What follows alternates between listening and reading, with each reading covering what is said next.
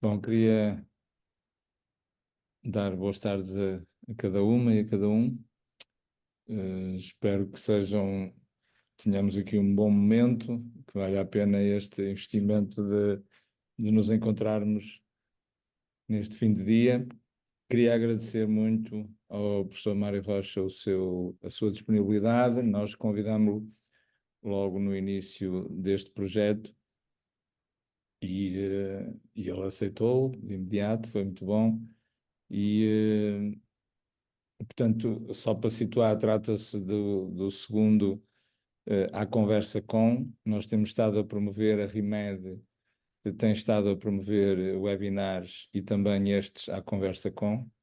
E no caso do à conversa com, temos como objetivo conversar com professores que têm desenvolvido dinâmicas de inovação nas suas escolas. E o objetivo é mesmo esse, perceber o porquê, o como, tentando fazer com que a partilha dessa reflexão sobre a inovação que se tem vindo a desenvolver seja também um elemento de inspiração, de força, sobretudo de esperança para outros professores, diretores, um pouco essa a ideia. Escolhemos alguns, podíamos ter escolhido outros, a conversa como está apenas a começar e, portanto, estamos sempre a tempo. O professor Mário Rocha vem de uma formação de base em Geologia, vertente de ensino, tem estado ligado à direção das escolas há bastantes anos e, portanto, desde quase do ano 2000 tem estado ligado às direções e é diretor desde 2009 neste agrupamento de escolas de Cristelo, que fica no concelho de Paredes, no distrito de Porto. Muito bem. Há muitas coisas sobre o agrupamento que são muito interessantes. Eu próprio também já lá estive. Pude pressentir muito do ambiente que se vive, apesar das poucas horas, e era bom podermos conversar sobre isso. Pronto, portanto, nós conversamos antes, temos uma reflexão, um encadeamento da reflexão mais ou menos estruturado, e durante uns 35, 40 minutos ficamos por aqui, depois abrimos o debate a outras pessoas. Podemos também colocar, se quiserem colocar no chat, eu vou tentar seguir. E começava, além dos agradecimentos, começava por lhe perguntar se, envolvidos estes anos todos, em que tem estado a dirigir este agrupamento, e até pelo facto de ser um agrupamento que se envolveu também desde o início naqueles planos de inovação, eu perguntava-lhe quais têm sido os pilares em que assenta a inovação educacional no agrupamento. Bom, antes de mais, deixem-me cumprimentar-vos a todos e a todas e dizer-vos que para mim é uma honra estar aqui presente. É sempre um gosto enorme partilhar convosco aquilo que tem sido a nossa caminhada. Agradecer ao professor Joaquim Azevedo o privilégio de aqui estar e dizer-vos que esta conversa que eu pretendo ter convosco não é de maneira nenhuma prescritiva, ou seja, tudo isto é uma tentativa de partilhar aquilo que nós fomos fazendo ao longo destes anos, mas sobretudo numa ótica de aprendizagem mútua, que é sempre esta a nossa forma de estar perante estes cenários e sobretudo perante estes momentos de partilha. Respondendo à questão de quais têm sido os pilares desta inovação educacional, eu começava logo por dizer que só esta questão da inovação às vezes faz-nos logo pensar ou remeter-nos logo para qualquer coisa que deveria ser bem explicada, este conceito do que é isso de inovar. Mas eu não vou por aí, até porque não temos muito tempo, E gostava de pôr a tónica na nossa grande preocupação de construção de ecossistemas de aprendizagem. Até porque o principal pilar que nós temos de edificação desta inovação educacional tem sido, de facto, o aluno, mas tem sido, de facto, o aluno enquanto centro da aprendizagem. Porque é, sobretudo nos tempos que correm, hoje, mais do que nunca necessário nós lutarmos pela aprendizagem, por aquilo que deve ser incutir nos alunos o prazer de aprender. Aquilo que nós gostamos muito de sentir que os alunos aprendem porque sim e não por obrigação. E construindo estes ecossistemas de aprendizagem, não fosse eu desta área, não é? Esta correlação que se gera com a comunidade, com os recursos, com os alunos e ao mesmo tempo com todos os nossos agentes de partilha, é de facto aquilo que mais interessa construir quando pensamos numa inovação educacional. Mas obviamente que há um outro pilar que tem sido estruturante para que haja sustentabilidade nesta inovação educacional, que para além do foco na aprendizagem, tem a ver com questões de uma aprendizagem que seja muito personalizada, muito centrada no aluno, com aprendizagens que sejam baseadas em projetos, e daí nós definimos logo desde o início referenciais de integração curricular que agregam e integram várias disciplinas de uma forma articulada, potenciando inclusivamente o trabalho artístico, no ambiente das artes, mas também no ensino experimental das ciências, na música e até outras formas de arte. E sobretudo também com estes projetos de aprendizagem possibilitar que os professores trabalhem colaborativamente. Outro pilar que constrói-se ao mesmo tempo que este e é único e exclusivamente instrumental, tem a ver com a tecnologia. A tecnologia é importante desde que ela não seja um fim em si mesmo. E isso é extremamente rico da forma como nós estamos aqui a desenvolver a importância da tecnologia, porque ela é sempre colocada ao serviço da aprendizagem. Mas para isso nós temos que desenvolver nos nossos educadores, nos nossos professores, uma forte capacitação profissional, uma forte alocagem àquilo que é também a aprendizagem dos professores, para que eles próprios também se sintam bem com novas metodologias de aprendizagem, com estas tecnologias educacionais, mas também, sobretudo, atentando às novas lideranças que vão aparecendo, quer através da tecnologia, quer através da aprendizagem colaborativa. Outro pilar que me parece extremamente importante, que se faz exatamente devido a este foco nos ecossistemas de aprendizagem, tem a ver com as parcerias e com o envolvimento da comunidade. E eu, quando falo aqui parcerias e envolvimento da comunidade, estou a falar exatamente de todas as parcerias, sejam autarquias, sejam empresas, sejam instituições de ensino superior, em que agregam entre si, envolve-se entre si, para que a escola não seja apenas um oásis na comunidade, mas que se integre a comunidade na própria escola e que a própria escola também se dilua na comunidade.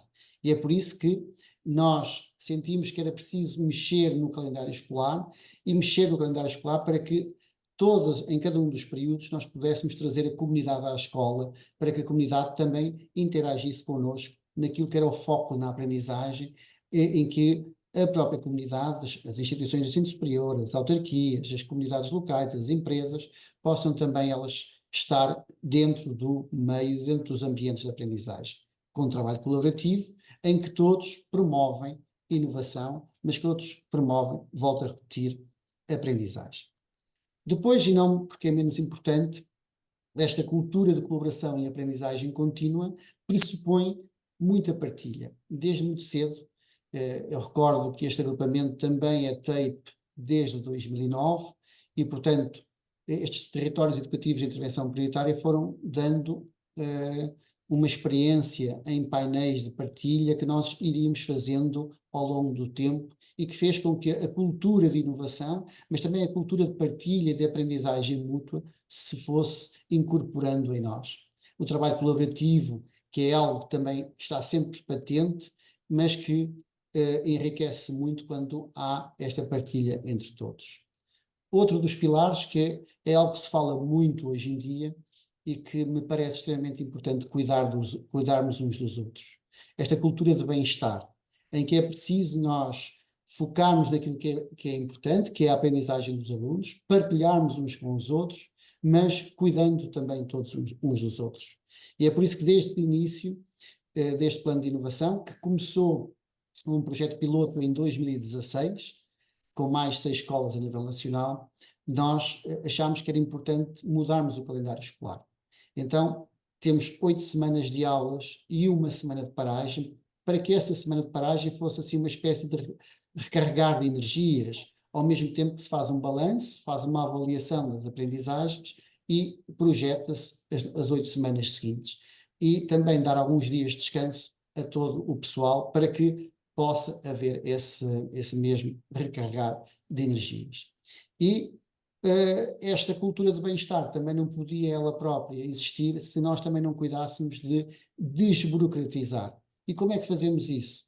Num momento em que vivemos todos mergulhados em imensa papelada, com imensa necessidade de feedback que a avaliação formativa acarreta aos alunos e aos encarregados de educação, era importante descansar os professores e dar-lhes alguns recursos digitais que eles pudessem fazer isto de uma forma muito mais fina.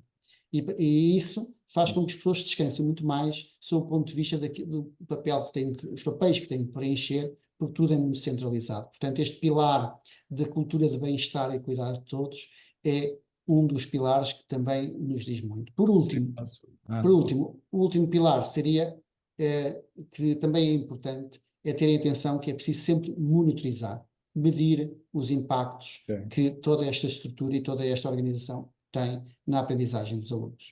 Posso desses aspectos todos, pode explicar melhor o que é que são esses célebres RICs que a vossa escola tem, os referenciais interdisciplinares? Claro que sim, claro que sim. Estes referenciais de integração curricular, RIC, exatamente porque é de referenciais, o I de integração e o C curricular. Eles integram um conjunto de disciplinas já dentro do nosso plano de inovação. Há disciplinas, por exemplo, do primeiro ciclo, que estão todas dentro do RIC, exceto o português e o matemática, todas as outras estão dentro do RIC, em que os professores fazem um trabalho muito articulado com estas disciplinas. No segundo e terceiro ciclo, os RIC ganham outra dimensão, porque são professores diferentes a trabalhar ao mesmo tempo com disciplinas diferentes, em projetos que os alunos desenvolvem ou durante 8 semanas ou durante 16 semanas, que será um semestre. Este ano nós estamos a trabalhar muito mais em 16 semanas no RIC do que em 8 semanas, porque alargamos o espectro de ação destes projetos. Mas eles articulam disciplinas como a cidadania, disciplinas como a oferta complementar, disciplinas como as tecnologias de informação e comunicação, o português, as ciências e as artes. Portanto, são disciplinas que são de uma dimensão enorme, mas que potenciam o trabalho colaborativo, potenciam o pensamento crítico, potenciam a comunicação e, sobretudo, potenciam também este trabalho que deve ser colaborativo entre os alunos e os professores. Muito bem. Uma outra questão que era interessante perceber é se esses pilares, de certo modo, um certo guião da inovação que foram seguindo, e esse se é um guião que vocês elaboraram, que o Ministério sugeriu, ou um guião que foi construído à medida que caminhavam? Muito bem. Estas questões de ter ou não ter um guião para fazer as coisas chocam, se quisermos, muito com estas questões da autonomia. Nós, diretores, somos sempre muito rápidos a reivindicar mais autonomia e depois, quando nos dão autonomia, nós sentimos assim um bocadinho reticentes sobre como usar então esta autonomia. Bom, eu já disse que nós somos um território educativo de intervenção prioritária, esta é a nossa identidade, desde 2009, e também já disse que em 2016 fomos convidados para ingressar num projeto piloto de inovação pedagógica com mais 5 escolas a nível nacional. Estas 6 escolas, connosco, foram desafiadas pelo então Secretário de Estado a fazer um projeto de inovação pedagógica que tínhamos 100% de autonomia, ou seja, podíamos fazer o que quiséssemos. E não havia guião. Não havia nada que fosse impossível, mas também não havia nada que o Ministério nos fosse dizer como havíamos de fazer. A única circunstância é que não teríamos nem mais uma hora de crédito, nem mais um recurso, nem mais um cêntimo. Portanto, teríamos que usar total autonomia e fazer aquilo que sentíssemos que tínhamos que fazer. O guião foi criado por nós, só que foi criado por nós com base em muita partilha, em muita conversa. Eu queria dizer-vos isto de uma forma extremamente concreta, e não pensem que eu estou a exagerar. Só neste agrupamento nós tivemos, para a preparação do tal guião para esse projeto piloto, tivemos 54 reuniões, com encarregados de educação, com parceiros, com alunos, com professores, e repetimos várias reuniões, e o que sentimos é que tínhamos que, de facto, nos adaptar às necessidades locais. Este era o principal trave mestra que nós tínhamos que pensar logo como é que iríamos construir este guião. Seria a primeira coisa, adaptarmos àquilo que o local, que as necessidades do nosso local, da nossa freguesia, das nossas freguesias, tinham como importância. Depois, a voz dos alunos, ouvir o que os alunos tinham para dizer, e eles têm imensas coisas, se nós os pudermos ouvir, pensar o que é que eles querem, como é que eles querem que a escola seja desenhada, quais são os defeitos que a escola tinha e qual era a escola de sonho que eles tinham. Depois também perceber que as metodologias de ensino tinham que mudar, mas mudar com os alunos e com os professores e não para além deles. Porque era importante integrar a tecnologia, como eu disse, era importante colaborar, ter parcerias, fazer aqui uma série de redes de partilha, mas fazer isso com os professores. Preocupar-nos com o seu desenvolvimento profissional, para que eles se sentissem confortáveis a fazer aquilo que era necessário fazer. E depois, ao mesmo tempo, descansá-los, dando-lhes as condições, dando-lhes a logística e os recursos físicos. Se nós queremos um foco em metodologias ativas, numa aprendizagem personalizada, na valorização das artes, na integração da tecnologia, no trabalho colaborativo, então temos que pensar que temos que criar espaços amplos na escola, podemos ter bibliotecas que sejam tuturadas, mas que se articulem muito bem com o currículo e, sobretudo, também que estes espaços sejam suficientemente dinâmicos para que toda esta inspiração acerca da inovação pudesse acontecer. Portanto, o nosso guião não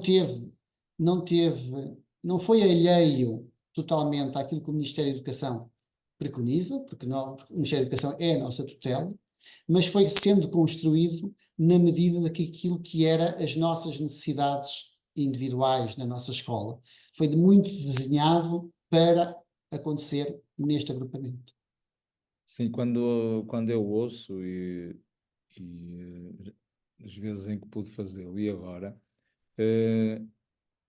dá assim uma ideia de que as coisas parecem que surgem e que se desenvolvem e que fluem, não é? Mas por outro lado, nós sabemos que os processos de inovação têm assim um caminho, não é? São processos que encontram muitas dificuldades e obstáculos e não sei se nos transmite a ideia de que inovar na escola é fácil, ou se nos pode, digamos, ajudar a descer à terra, mas sempre com essa possibilidade, quer dizer, tentando ajudar-nos a perceber que a sua escola não é uma escola à parte, não é? Está envolvida, como todas as outras, no sistema educativo português e tem os mesmos problemas e constrangimentos e potencialidades das outras. Pode falar-nos um bocado desse caminho, da facilidade, dificuldade, obstáculos e como é que isso se foi desenvolvendo? Eu estava a ouvir o professor Joaquim Azevedo e estava a pensar de como foi árduo o caminho, não é? Nós somos uma escola exatamente igual a qualquer outra, com todos os defeitos e virtudes que todas as escolas públicas têm, e sobretudo uma escola que, estando em Paredes, portanto já está afastada a 30 e tal quilómetros do Porto, do centro do Porto, não está no centro de Paredes. Também é uma escola que é rural, dentro daquilo que a ruralidade hoje significa, do centro de Paredes. E sempre foi uma escola muito estigmatizada. Parece que todos os alunos que aqui vinham para esta escola, eram alunos que estavam quase condenados ao insucesso. Eram alunos que estavam condenados a nós não conseguirmos fazer grandes aprendizagens com eles, nem construir grandes projetos de vida com eles. E a verdade é que esse estigma foi ainda muito mais fomentado em 2009, quando fomos obrigados a ser incluídos nos territórios educativos de intervenção prioritária. Na altura havia um estigma muito grande com o STEIP, e nós, quando entramos no STEIP, sentimos que era complicado entrar naquele grupo. E tínhamos, só para dar duas notas sobre os resultados, tínhamos 25% de insucesso no terceiro ciclo e tínhamos 18,9% de abandono. Ora, eram taxas quer de insucesso, quer de abandono, dramáticas. E isso conduziu que nós tivéssemos que ingressar nesse programa. Para além disso, tínhamos 80% dos nossos alunos com apoio socioeconómico. Portanto, perante este quadro, era de facto preciso fazer alguma coisa. E o TAPE veio-nos trazer muito, sem dúvida nenhuma. Mas quando nós ingressámos neste projeto piloto em 2016, encontramos, como é tradicional, alguma resistência à mudança. Mudar é sempre um processo que é contínuo e é permanente. Nós ainda hoje estamos nesse processo. Porque é complexo, os ambientes educacionais também são complexos e por isso também é muito importante nós reunirmos todas as sinergias, todos os nossos parceiros, e daí foi tão necessário fazer tantas reuniões.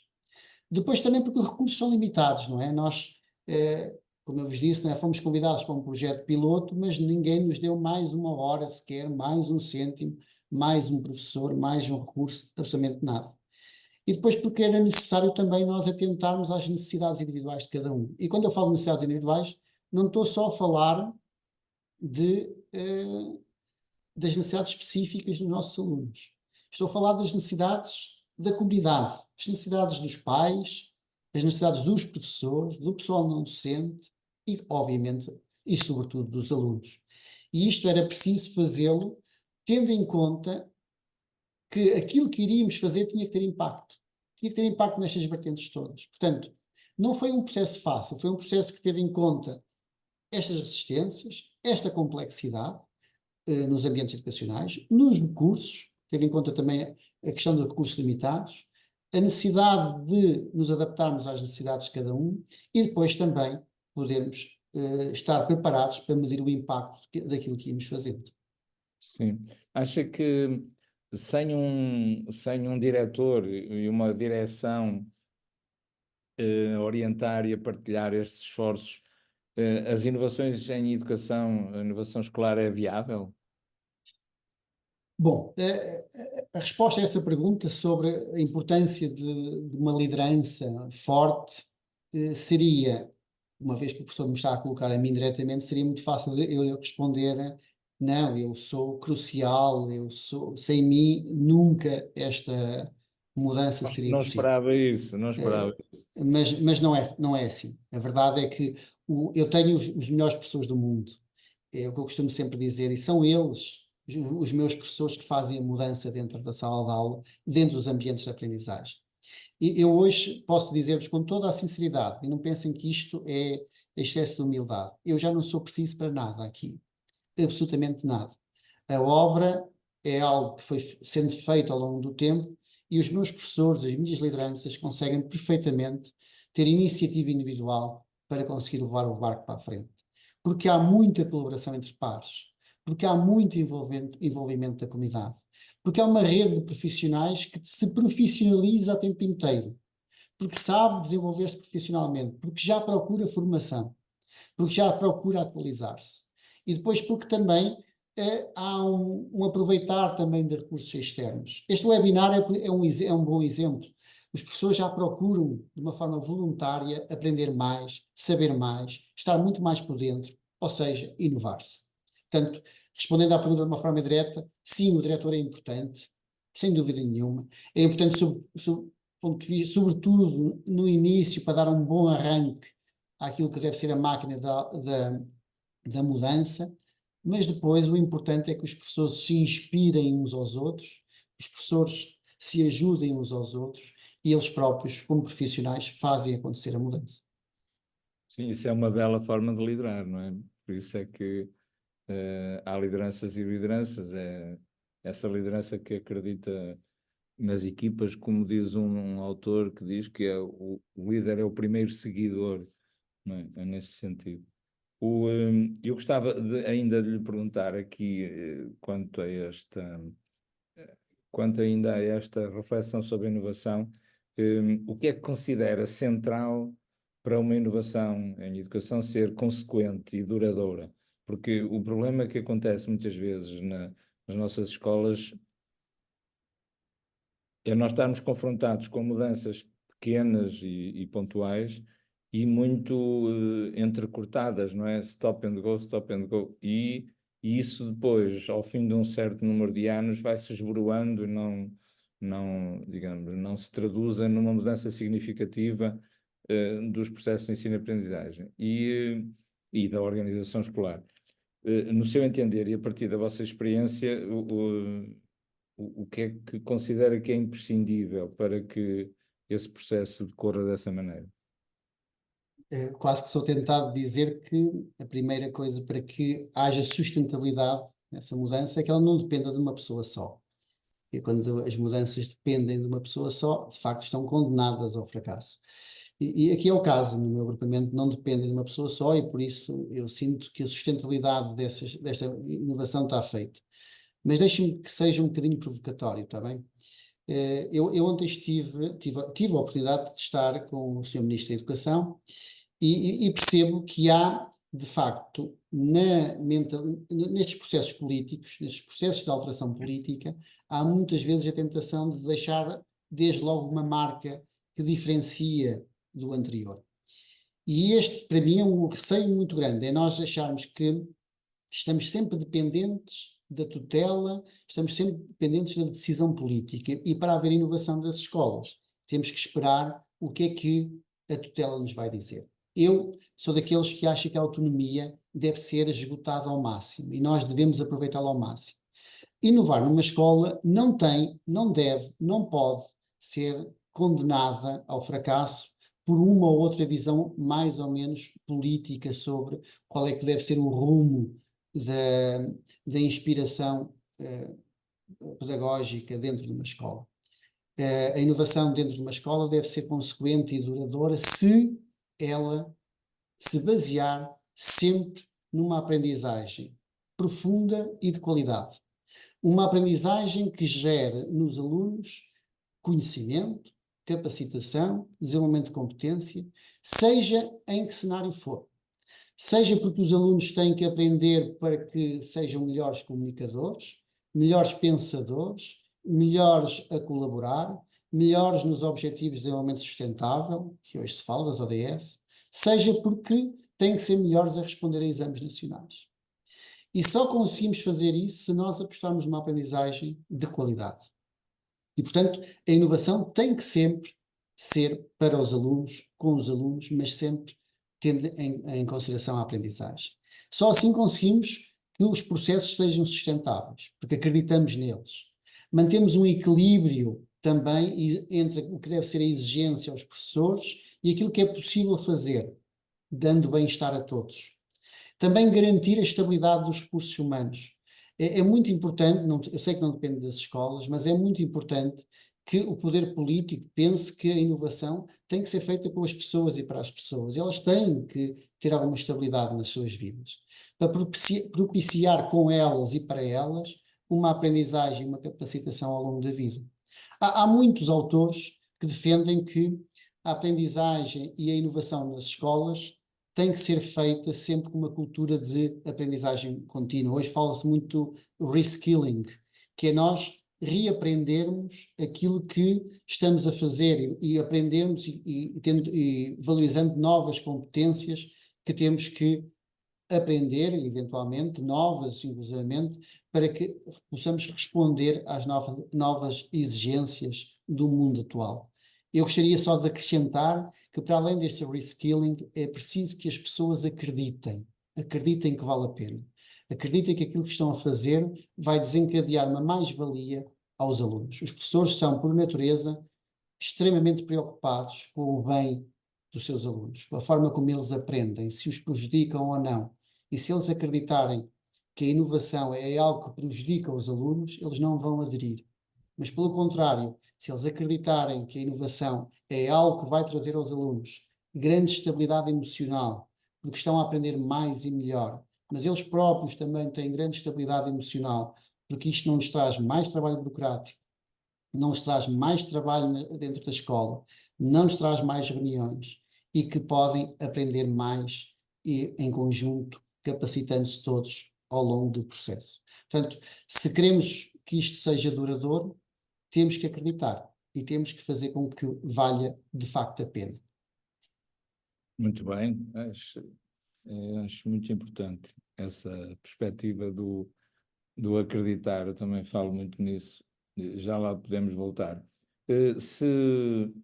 Se alguém quisesse começar uma dinâmica destas, como a que vocês empreenderam há uma série de anos, digamos, mudar assim, substancialmente o rosto da escola, o modo como ela está organizada e o tipo de incidência dos processos de ensino-aprendizagem, o que é que sugere? O que é que alguém devia, como é que essas escolas se poderiam preparar? O que é que deveriam levar na mochila? Professor, eu diria que isto é sempre muito difícil dar conselhos, não é? Porque nós, quando damos conselhos, estamos sobretudo a descurar uma realidade própria, não é? Cada escola é uma aventura própria e, portanto, eu não posso arriscar dizendo que vou dando conselhos, mas posso partilhar convosco a minha experiência. Nós hoje vivemos numa era da inteligência artificial, não é? Parece nós consultarmos a inteligência artificial e fizermos uma pergunta do que é que eu devo fazer para inovar, se calhar aparece-lhes um guião daquilo que deve ser feito. E eu, portanto, vou-vos dar uma experiência que provavelmente a inteligência artificial não responde. E a primeira coisa que eu acho que é extremamente importante é confiar. Confiarmos uns nos outros. Nós hoje somos pessoas, pelo contexto atual até que vivemos, muito extremadas, muito desconfiadas de tudo o que vamos fazendo, porque estamos sempre à espera que alguém nos vai passar uma rasteira qualquer. Alguém está-nos aqui a falar de inovar, ele vai dizer que não vamos trabalhar mais, mas vamos trabalhar mais. Ele vai dizer que não vai burocratizar, mas vamos ter que preencher mais, fazer mais relatórios. E então é preciso confiarmos no processo. Preciso envolver todos. Só que para isso é preciso tempo. Eu acho que o tempo é, sem dúvida nenhuma, se eu pudesse atrever-me a dar um conselho, é tenham paciência. Tenham paciência com uns com os outros. Descubram qual é a necessidade de fazer mudança. Se há necessidade mesmo. É que às vezes nós estamos a mudar por mudar. E aí não vale a pena. É preciso descobrir se há necessidade. É preciso, como eu disse, implementar essa confiança. E implementando essa confiança, perceber se aquele trabalho que vamos ter vale mesmo a pena. Vale mesmo a pena mudar. E para isso, como digo, é preciso tempo. Mas, depois disto estar muito bem clarificado, ou seja, depois de termos a confiança de todos, depois de termos tempo para cimentar aquilo que podemos fazer, aí sim podemos pensar em tudo aquilo que deve ser feito antes de começar um projeto. Primeiro fazer um diagnóstico daquilo que temos, uma avaliação daquilo que temos. Há coisas extremamente positivas. Há pessoas que estão dentro das nossas escolas que nunca tiveram opinião sobre nada, mas que são pessoas de uma importância e de uma valorização até intelectual que nós nunca reparámos. É preciso ouvir essas pessoas, mesmo que muitas vezes elas não estejam de acordo connosco. Depois é preciso definir uma visão. Uma visão partilhada. O que é que deve ser a escola? Para onde é que ela deve vir? Identificando áreas prioritárias, sem dúvida, uma vez que nós já fizemos a avaliação daquilo que era a situação atual, e depois fazer um planeamento. Esse planeamento deve sempre ter em consideração duas coisas que para mim sempre foram muito importantes. As equipas, uma equipa de monitorização que possa ir dizendo às lideranças como é que estão a correr as coisas, que mede os impactos, e depois também delegar. saber delegar, saber criar novas lideranças, saber que a liderança não tem que ser um poder único, mas que ela deve e pode ser partilhada.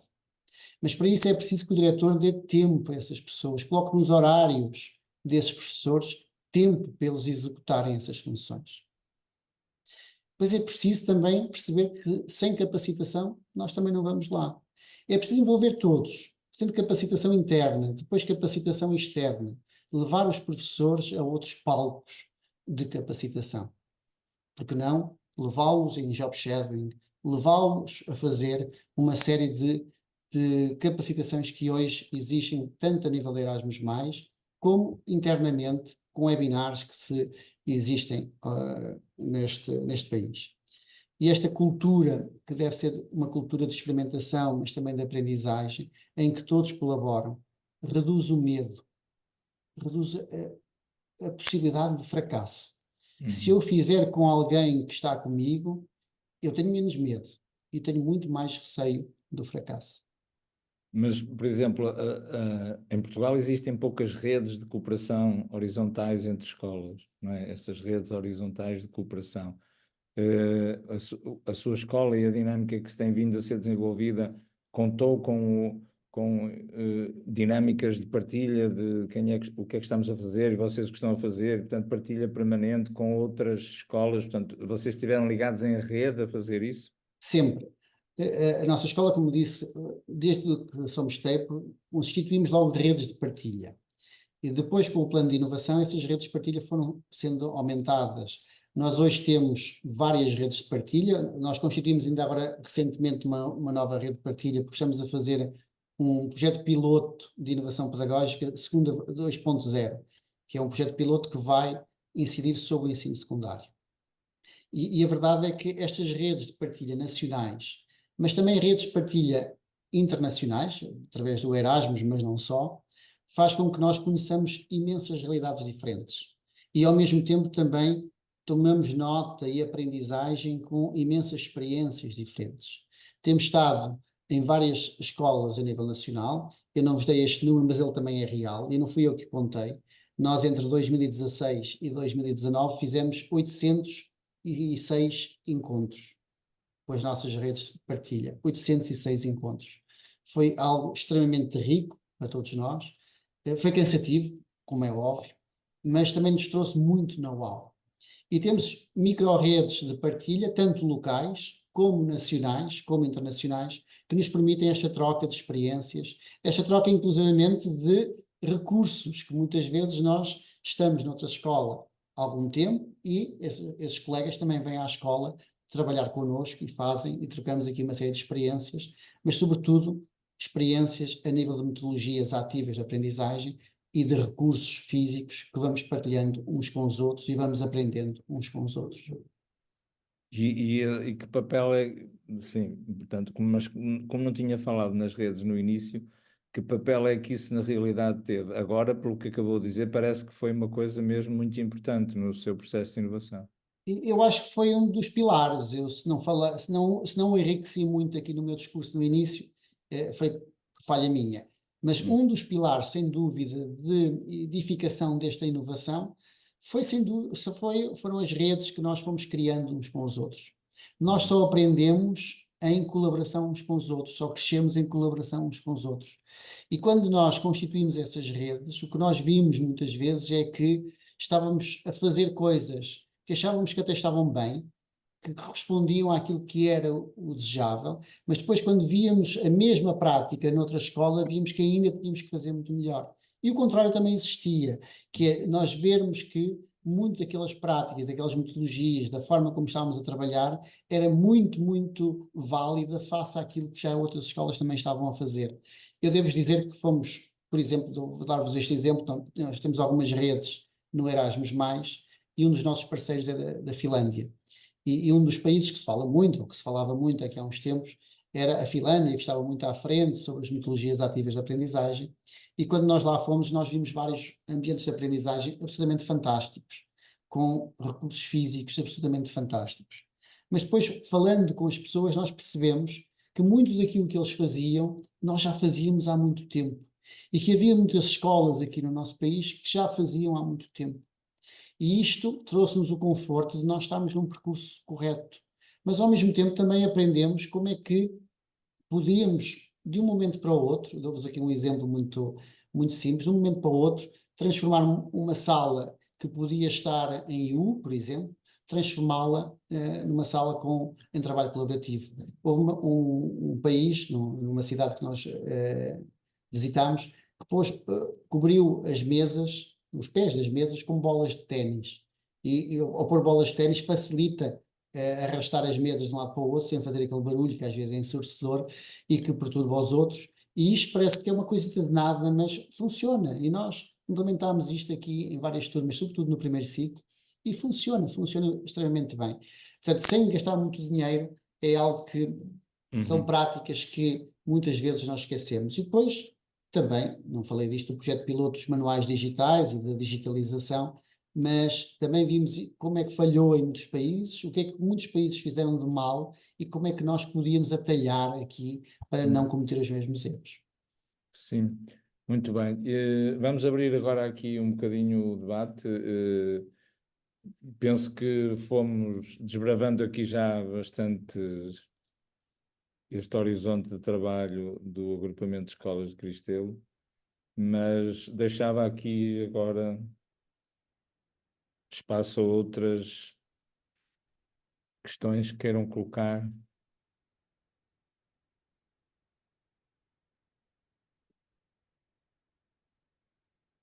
Não tenham pena de mim, está bem? Eu não sei se posso intervir. Faz favor. Sim, doutor Nuno, sim. O meu nome é Nuno Mota, eu sou há pouco tempo diretor do agrupamento de escolas de Valdovil e, enfim, tenho tido algum cuidado de ir, principalmente vasculhando aquilo que se vai fazendo nas escolas, porque tenho alguma vontade de arrancar com um processo destes, que não é fácil, eu acredito que não é fácil. Já falámos aqui quase em tudo, mas eu ouvi o Mário falar na questão do tempo. Falou no tempo. Que estratégia, não sei, que estratégias é que ele utilizou para encontrar tempo para as pessoas, porque parece-me que é realmente importante. E eu vou até à minha sala dos professores e ouço os professores dizer que não têm tempo, que não há tempo sequer para nós conversarmos. Eu introduzi aqui uma hora semanal em que estão todos, para nós fazermos um bocadinho de trabalho colaborativo, mas eu sinto que ainda é pouco. Porque é de facto preciso de tempo para começar uma coisa destas. Eu não sei se há aqui qualquer coisa, qual é o dom para que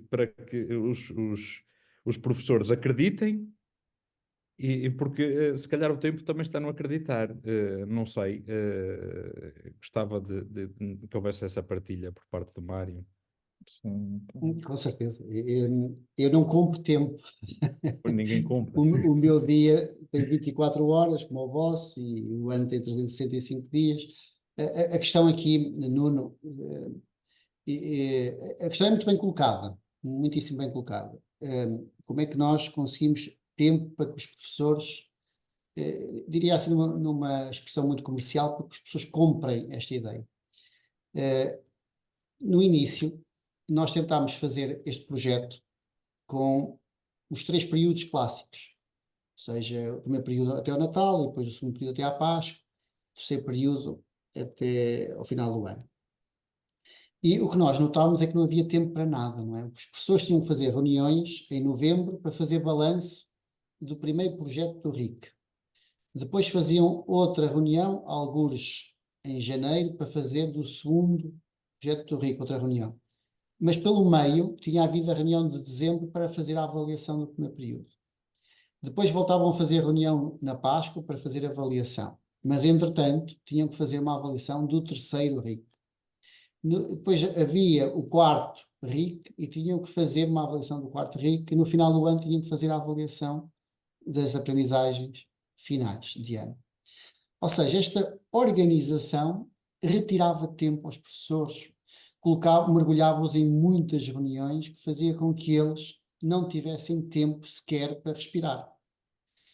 Desde logo, isto foi um ano que estivemos assim, sentimos que esta falta de tempo nos professores iria condenar o projeto.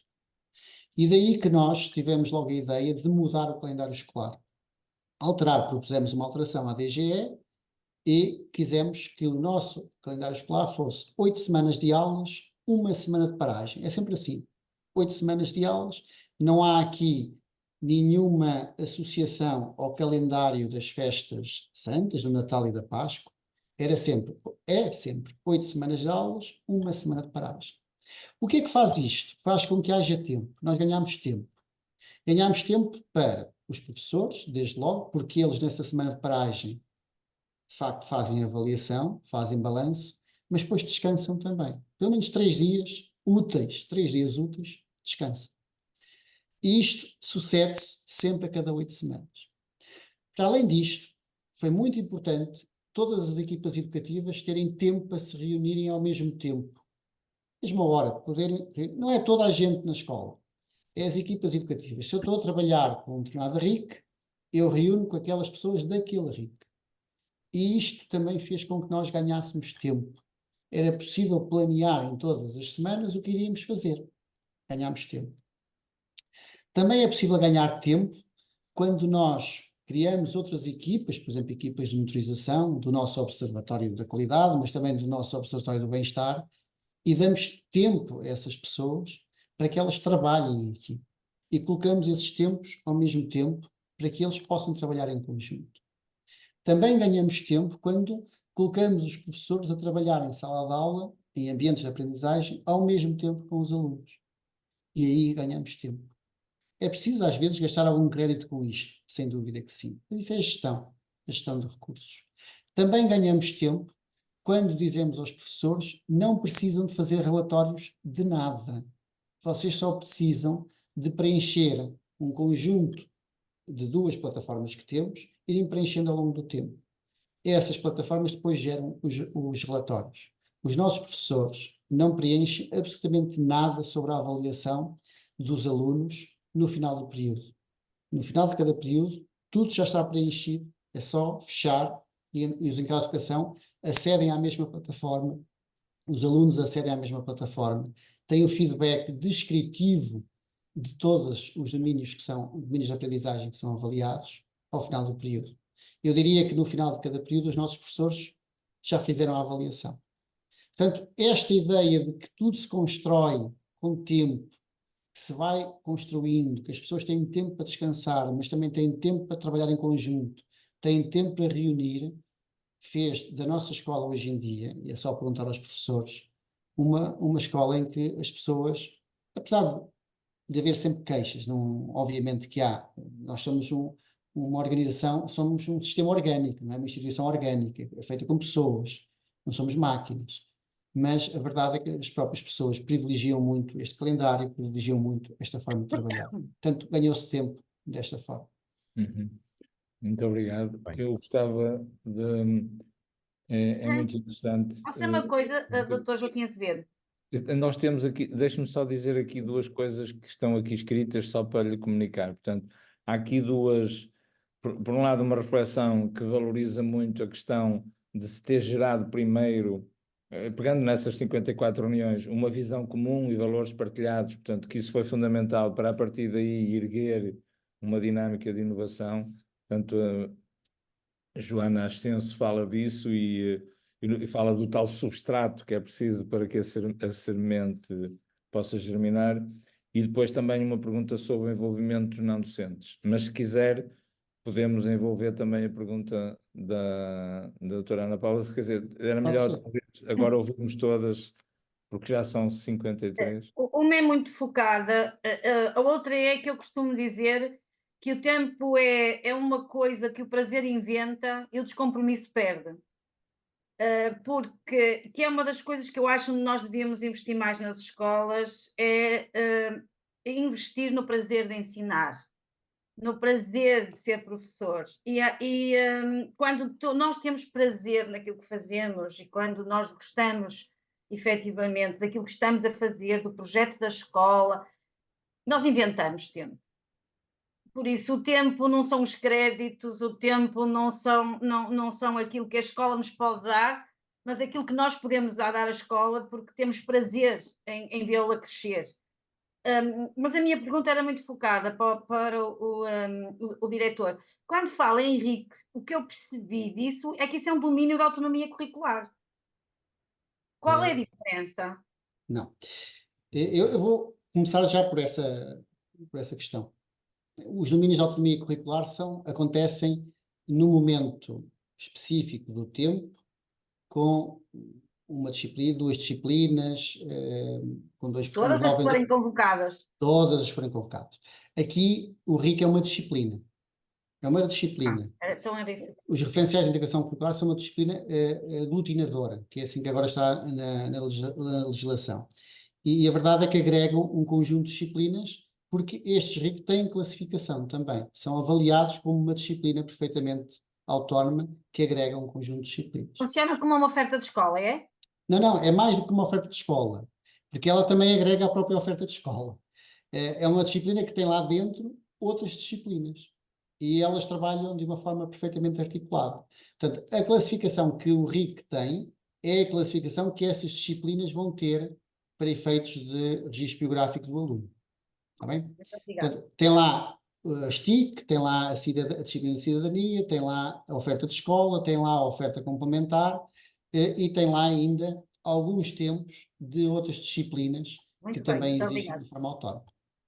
Mas deixe-me ir à questão do tempo. Eu subscrevo inteiramente. Aliás, já foi a Kennedy que disse o que é que não pensa o que é que o teu país tem para te oferecer, pensa o que é que tens para oferecer ao teu país. É um bocadinho por aí, não é?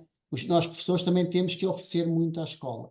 Mas é preciso também notar que a escola tem que cuidar, nós temos que cuidar uns dos outros. Não podemos só esperar que as pessoas por livre vontade deem. Agora, eu gostei muito, Ana Paula, e eu subscrevo inteiramente, deste prazer de aprender. O prazer de aprender é algo que nós estamos a perder há muito tempo, quer nos alunos, quer nos professores. É preciso reconquistar o prazer de aprender. Circunstâncias exógenas que nós temos que tentar, não podemos controlar tudo, mas temos que ter aquilo que diz que é que uma escola tem todas as condições para inovar quando o ethos escolar é favorável para toda a gente. Por isso, eu gosto da minha escola, eu visto a camisola dela porque eu sinto-me lá bem. Quando eu me sinto lá bem, consigo que os alunos também se lá sintam bem, não é? E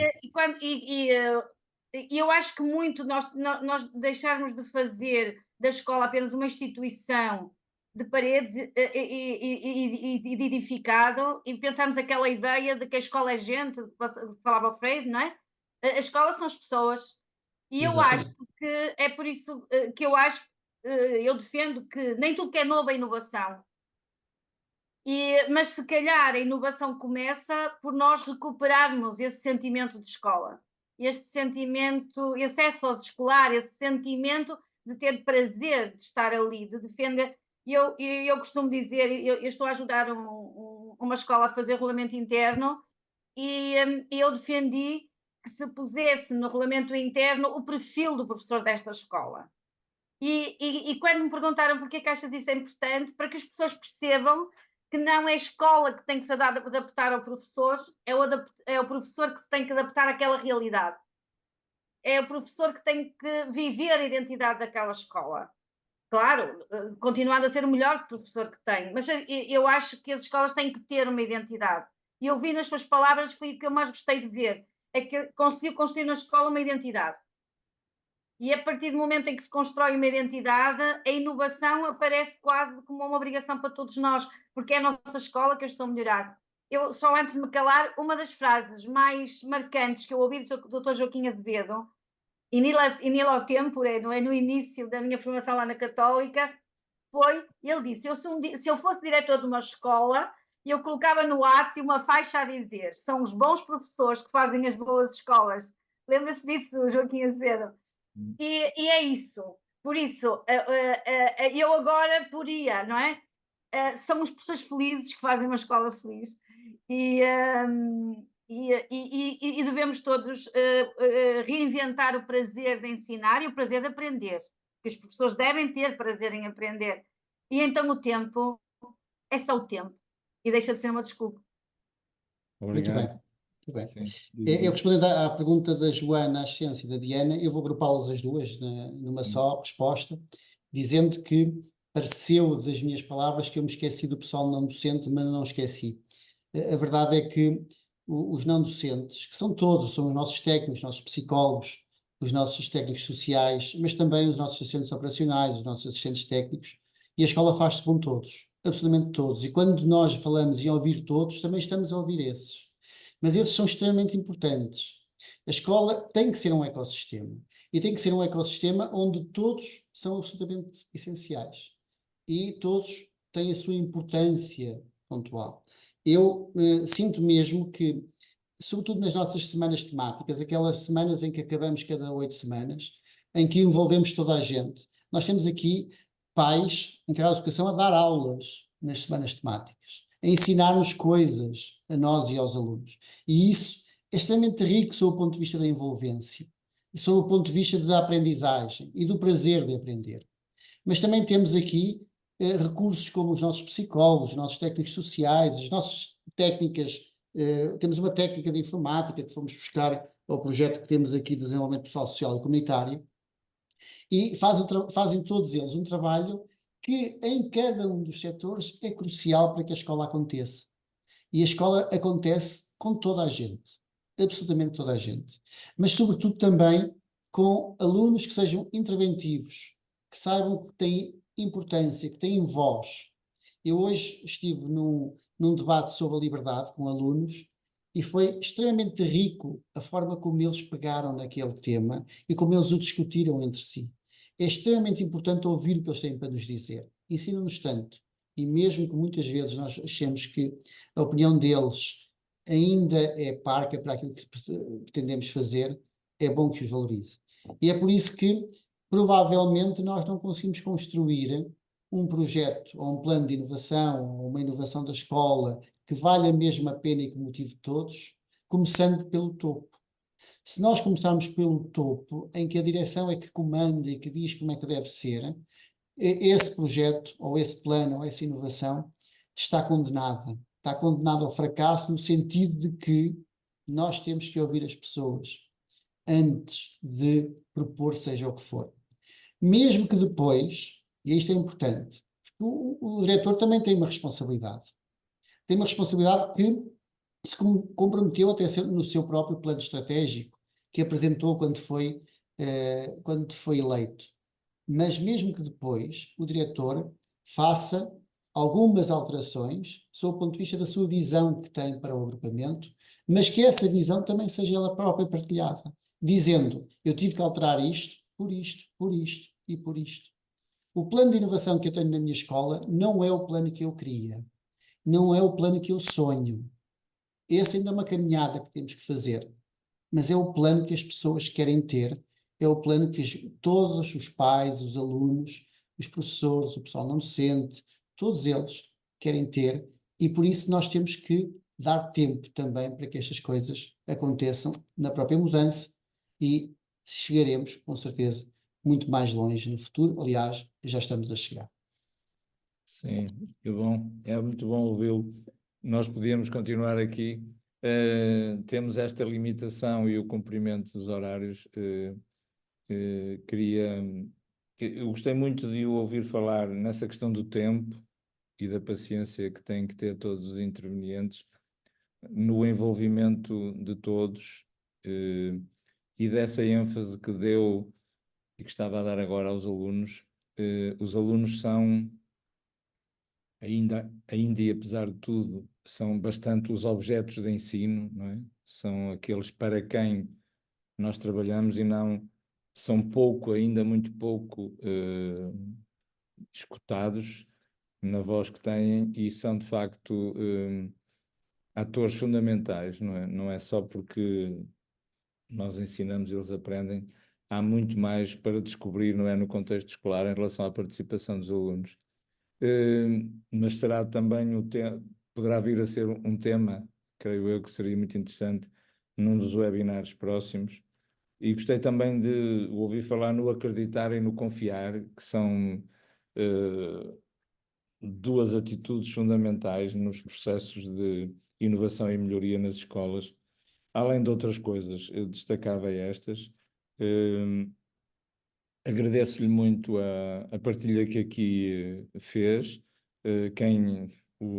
Todos os que aqui estiveram e que possam vir a ouvir a gravação, que se precisarem o contactem, não é? E contactem o agrupamento de escolas de Cristelo, e que também até o visitem. É um sítio, apesar de ser um meio suburbano, não é? E nos arredores da própria Concelho de Paredes,